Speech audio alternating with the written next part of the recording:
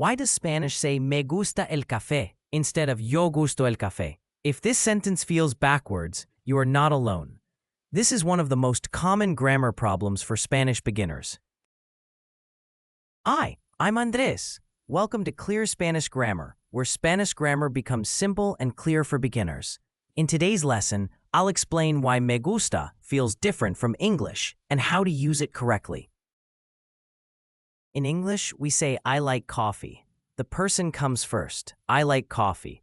But in Spanish, the structure is different. Spanish says me gusta el café, which is closer to coffee is pleasing to me.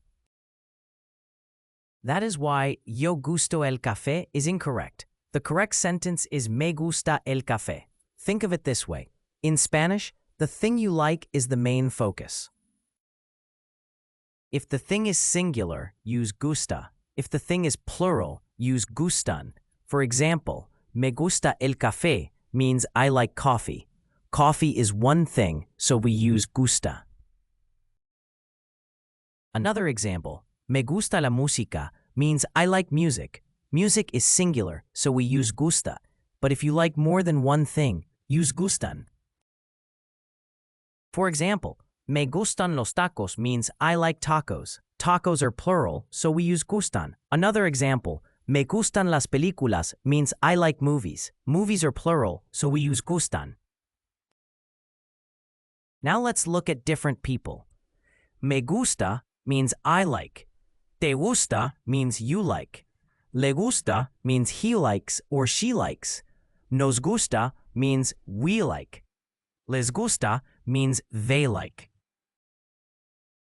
But remember, the thing you like still decides if you need gusta or gustan. A common beginner mistake is saying me gusto la pizza. This is incorrect. The correct sentence is me gusta la pizza.